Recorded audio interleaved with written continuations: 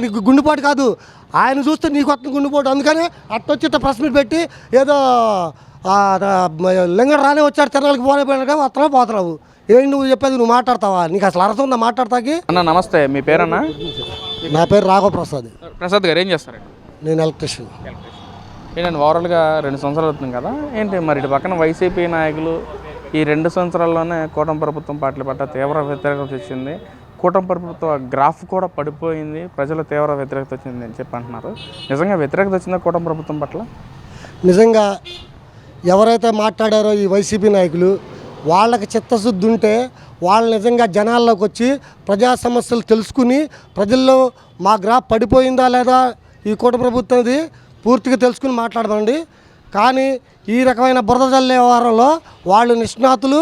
ఒక అబద్ధాన్ని 10 సార్లు చెప్పి 10 సార్లు 10 మందికి చెప్పి 10 మంది 100 మంది చెప్పించేలాగా వీళ్ళు ప్రెస్ మీట్లు వాళ్ళ సోషల్ మీడియాలో పెట్టించి ఫేక్ ప్రచారం చేసి లబ్ధి పొందే యోచనలో ఈ యొక్క వైసీపీ ప్రభుత్వం ఉంది. కాబట్టి వాళ్ళు చెప్పిందంత అవాస్తవం. అసలు అటువంటి గ్రాఫ్ పడిపోవడం అనేది కానీ ప్రజల్లో వాళ్ళ కూటమి ప్రభుత్వం అంటే ప్రజల్లో ఆనందోత్సవాలు వెళ్తుంది చెప్తే ఏంటి క్షేత్రస్థాయి నుంచి కూడా వాళ్ళు మంచి జరుగుతుంది ఒక ఆనందం ఉన్నారు చెప్తే వాళ్ళు చెప్పిందంటే ఎటువంటి నిజం లేదు. అంటే అసలు పథకాలు కూడా సక్రమంగా ఇవ్వట్లేదు. గతంలో జగన్మోహన్ రెడ్డి గారు ఉన్నప్పుడు టైం టు టైం మాట తప్పకుండా ఇచ్చాడు జగన్మోహన్ రెడ్డి. పరిపాలన కూడా సుపరిపాలన అంటే ఏంటంటే జగన్మోహన్ పరిపాలన అని చెప్పి కూడా అంటా ఉన్నారన్న. ఏంటి ఇప్పుడు చల్లని రూపాయి కంటే చేష్టలు ఎక్కువ అంట. వీళ్ళు చల్లని రూపాయలు అంటోళ్ళు. ఈరోజు మేము 1వ తారీఖుకి ఖచ్చితంగా 1వ తారీఖు పొద్దున్నే తీసుకెళ్ళి సచివాలయ సిబ్బందితో కలిసి మేము ప్రతి ఒక్కరికి పెన్షన్ చేస్తాం. అలాగే ప్రతి ఒక్క ఇంటికి తిరిగి మేము వాళ్ళకి ఏముండే ఈ డ్రైనేజ్ సమస్యలు కానీ రోడ్డు సమస్యలు కానీ ట్యాప్ సమస్యలు కానీ వాటర్ ప్రతిరోజు వాటర్ కూడా చెక్ చేసి మేము వాళ్ళ ప్రజలకు అందించడం జరుగుతుంది. మా లీడర్లు ఇక్కడ మా స్థానిక ఉండే లీడర్లు కూడా ప్రతిరోజు పొద్దున్నే డివిజన్ మొత్తం తిరిగి ఏ డివిజన్లో ఆ డివిజన్లో తిరిగి చేయడం జరుగుతుంది. కానీ గత ప్రభుత్వంలో బటన్ నొక్కాము పడిందని ఎంతోమంది విద్యార్థులు భవిష్యత్తులో నాశనం చేశారు, ఎంతమంది పెన్షన్లు దబ్బేశారు. వాలంటీర్లు వీళ్ళు కుమ్మక్కయ్యి ఏంటి చాలామందిని మోసం చేశారు. కానీ ఇవాళ ఆ సిస్టమ్ లేదు. రేపు ఒకవేళ ఆదివారం సెలవు వస్తేనే బ్యాంకులకి లేకపోతే పండుగ సెలవు వస్తేనే ముందు రోజు ఒకరోజు ముందుగానే మేము ఇంటింటికి తిరిగి పెన్షన్ ఇవ్వడం జరుగుతుంది. వృద్ధులు వికలాంగులు వితంతువులు ఎవరు కూడా ఇబ్బంది పడకుండా వాళ్ళకి ఎటువంటి ఇబ్బంది కలగకుండా మేము 6:30 కల్లా వెళ్ళి వాళ్ళకి నిద్ర లేపి మరీ పెన్షన్ ఇచ్చి వస్తున్నాం. కాబట్టి వీళ్ళు చెప్పేదంటే ఎటువంటి వాస్తవం లేదు. అలాగే ఈరోజు పేదల యొక్క సంక్షేమం కోసం పేదల యొక్క ఆరోగ్యరీత్యా వాళ్ళకి ఎక్కడ హాస్పిటల్ ఖర్చులైనా సరే సీఎం రిలీఫ్ ఫండ్ నుంచి చెక్కులు ఇవ్వటం వెంటనే త్వరితగతిన విత్-ఇన్ 1 మంత్లో కూడా వాళ్ళకి ఆర్థిక సాయం అందేలాగా చెక్కు ఇస్తూ బాబు గారు ప్రతి ఒక్క సంక్షేమ పథకాన్ని కూడా ముందుకు తీసుకెళ్తుంటే వీళ్ళు నోటుకు వచ్చినట్టు ఏంటి అవాకులు చవాకులు పెళ్ళి అవాస్తవాల్ని ప్రచారం చేసి ప్రజల్లో మరణ పొందాల్సి వస్తున్నారు. అది ఎవరు నమ్మే పరిస్థితులు లేరు. ఇప్పుడున్న వివిధ శాఖ మంత్రులు కూడా ఆ శాఖలను పట్టించుకోకుండా జగన్మోహన్ రెడ్డి గారిని టార్గెట్ చేసి ఏ విధంగా మాట్లాడితే జగన్మోహన్ రెడ్డి ప్రజల్లో మనను కోల్పోతారు, ఆ విధంగా మనం టార్గెట్ చేసి మాట్లాడితే మళ్ళీ అధికారం మనం చేపట్టవచ్చు ఆ విధంగా అని చెప్పి శాఖ మంత్రులు కూడా జగన్మోహన్ టార్గెట్ చేసి మాట్లాడుతున్నాను. నిజమేనా అదంతా అంబటరాంబాబు మాట్లాడుతున్నాడు ఆ విషయాన? ఇప్పుడు పొట్టోళ్ళ పుట్టుడు బుద్ధులని ఈ కూటమి ప్రభుత్వంలో ఏ శాఖ మంత్రి ఆ శాఖలో పనిచేసుకుంటూ వాళ్ళ యొక్క పనులు ఆ శాఖకు సంబంధించిన వాటి మీద సమీక్షలు చేసి ఏం చేయాలి రాష్ట్ర అభివృద్ధిని ఎలా ముందుకు తీసుకెళ్ళాలని చూస్తున్నారు తప్పితే వీళ్ళకలాగా గత ప్రభుత్వంలో ప్రతి ఒక్క మంత్రి కూడా నోటుకు వచ్చినట్టు బూతులు మాట్లాడి ప్రెస్ ముందుకు వచ్చి వాళ్ళు ఇష్టం వచ్చినట్టు మాట్లాడారు. ఆఖరి వ్యక్తిత్వాన్ని వాళ్ళు అన్నాలు చేశారు. ఇంట్లో భార్యలని బిడ్డలను కూడా వ్యక్తిత్వం చేసే విధంగా మాట్లాడడం వీళ్ళు ఈ అసలు అంత దౌర్భాగ్యమైన పదాలు వాడిన వాళ్ళు ఇవాళ వచ్చి ఈ నీతులు మాట్లాడతాం, ఈ అవకలు చాలుపరి ఈ అసత్యాలు ప్రచారం చేయడం అది వాళ్ళ నీతిగానే వదిలేస్తున్నాం. అంటే మరి ఈ రోజున లోకేష్ విద్యాశాఖ మంత్రిగా పనితీరు ఏంటి అసలు ఎలా ఉందంటారు?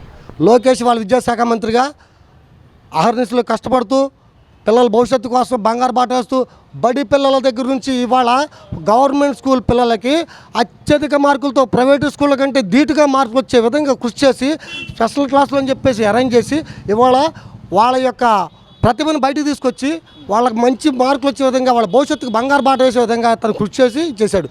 అలాగే ఇవాళ రేపు భావితరాల భవిష్యత్తు కోసం ఇన్ని కంపెనీలు తీసుకొస్తుంటే ఆర్జినల్ కష్టపడి ఏంటి ఆయన ఢిల్లీ వెళ్తే కూడా సొంత ఖర్చులు తెలకుండా ఏదో ప్రజలు చేస్తారు. అసలు నువ్వు మీ జగన్మోహన్ రెడ్డి అని గతంలో ఏం చేశాడు? తాడేపల్లి నుంచి మంగళగిరి ఫ్లైట్ వేసుకెళ్ళాడు కదా, అవి మాట్లాడరా మీరు?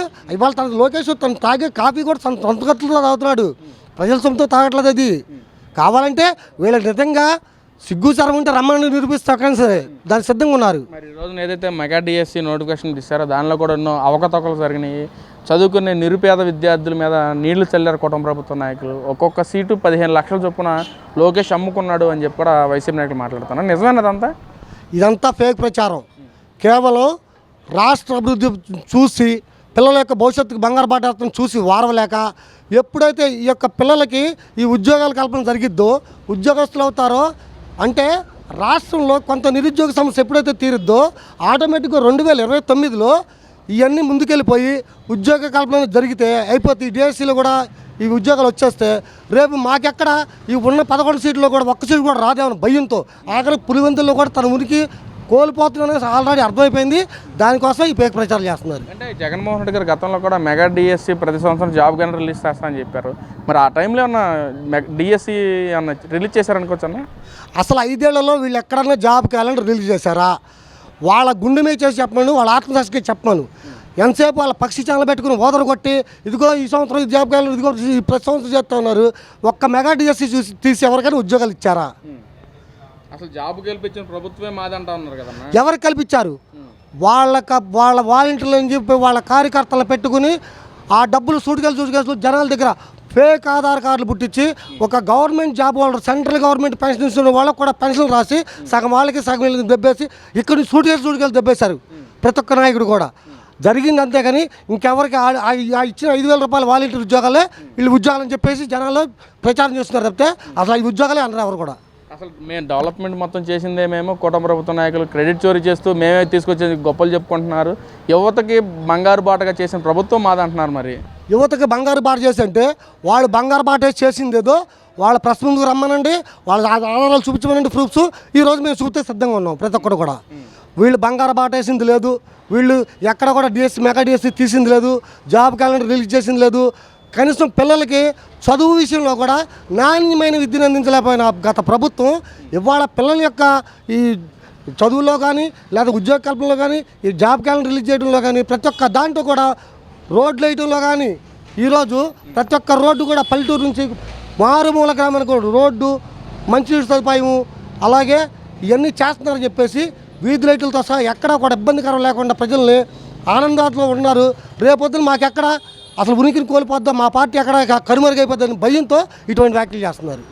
అన్న ఇటు మరో పక్కన చూసుకున్నట్లయితే రాజధాని గురించి మాట్లాడుకుందాం. మరి జగన్మోహన్ రెడ్డి గారు మావిగన్ అనే పేరు తీసుకొచ్చారు. నిజంగా అది ప్రజల్లో మన్నన పొందింది, కుటుంబ ప్రభుత్వ నాయకులు నచ్చట్లేదని చెప్పి అంటున్నారు. నిజంగా మావిగన్ అనే పేరు ప్రజల్లో మన్నన పొందింది అంటారా? ఒక పక్కన నీకు రాజ్యసభలో రాజధాని గురించి అమరావతి రాజధాని గురించి బిల్లు పెడితే నువ్వేం చేయాలి? ఆ బిల్లుకి మద్దతు ఇస్తున్నావో లేదో చెప్పకోకుండా నువ్వు బయటకు వచ్చి కూర్చుని అప్పటికప్పుడు ప్రెస్ ముందుకు వచ్చి మావిగన్ ఎక్కడి నుంచి వచ్చింది మావిగను అంటే అప్పుడు మరి నువ్వు గత 5 ఏళ్లలో నీకు గుర్తురాలేదా? మచిలీపట్నం, విజయవాడ, గుంటూరు గుర్తురాలేదా నీకు? మధ్య 5 ఏళ్ళలో గుర్తురాదా? అసలు మావిగన్ ఏంటి? ఏ ఉద్దేశంతో పెట్టావు నువ్వు మావిగన్ అని? అసలు దానికి నువ్వు పెట్టిన దానికి అసలు క్లారిటీ ఇవ్వు. నీ దగ్గర క్లారిటీ లేదు, నీ సలహాలు ఇచ్చే దగ్గర క్లారిటీ లేదు. ఏదో పొరచలాలి పేరు పెట్టి తీసుకొచ్చావు. అసలు ఆ పేరు ఎత్తేనే చంద్రబాబు బీపీ షుగర్ హార్ట్ అటాక్లో చేద్దామని చెప్పి అంటున్నారు కదన్న. మరి ఇప్పటికైనా సరే మేము ఒకటి చెబుతున్నాం, 76 ఏళ్ల కుర్రోడు నారా చంద్రబాబు నాయుడు గారు, నువ్వు వంగి కొబ్బరికాయ కొట్టలేవు, హెలికాప్టర్ కథకి నీకు మెట్లు వేయాలి, నువ్వు బాబు గారి గురించి మాట్లాడతావా? నువ్వు నిజంగా ఒక ప్రతిపక్ష హోదా లేదు, నువ్వు నిజంగా ప్రజల కోసం ప్రజల మీద ప్రజా సమస్యలపై నువ్వు పోరాడే నాయకుడివి అయితే నీకు నిజంగా గుండె దగ్గర ఉంటే నువ్వు అసెంబ్లీకి వచ్చి మాట్లాడాలి, ప్రజలు మాట్లాడి. అసెంబ్లీకి వస్తే నీకు ఆగిపోద్దాం గుండె, నారా చంద్రబాబు నాయుడు గారు కాదు. నువ్వు ప్రజల సమస్యలు చూడలేడు, ప్రజల సమస్యలపై పోరాడు. మరి ఆ రోజు గత ప్రభుత్వంలో 23 సీట్లు ఉన్న నారా చంద్రబాబు నాయుడు గారు ఏంటి మరి అసెంబ్లీకి వచ్చి ప్రజా సమస్యలపై పోరాడాడు. మరి నీకు ఇవాళ నువ్వు అసెంబ్లీకి వచ్చి అక్కడ నీకు ఉండి ఆగిపోద్ది, నువ్వు అసెంబ్లీకి రావడం పారిపోతున్నావు కదా వచ్చి. మరి నువ్వేం మాట్లాడుతుంది ఇంకా బాబు గారి గురించి? నువ్వు బాబు గారి గురించి మాట్లాడే అర్హత కూడా నీకు లేదు. ఆయన ఇప్పుడు కూడా 76 ఏళ్ళ కుర్రాడు అది. కాబట్టి ఆయనకి గుండెపోటు కాదు, ఆయన చూస్తే నీకు వస్తుంది గుండెపోటు. అందుకని అట్టొచ్చి ప్రెస్ మీట్ పెట్టి ఏదో లింగడు రానే వచ్చాడు తిరణాలకి పోలేకపోయినా వస్తున్నావు పోతున్నావు. ఏంటి నువ్వు చెప్పేది? నువ్వు మాట్లాడతావా? నీకు అసలు అర్థం ఉందా మాట్లాడతాకి?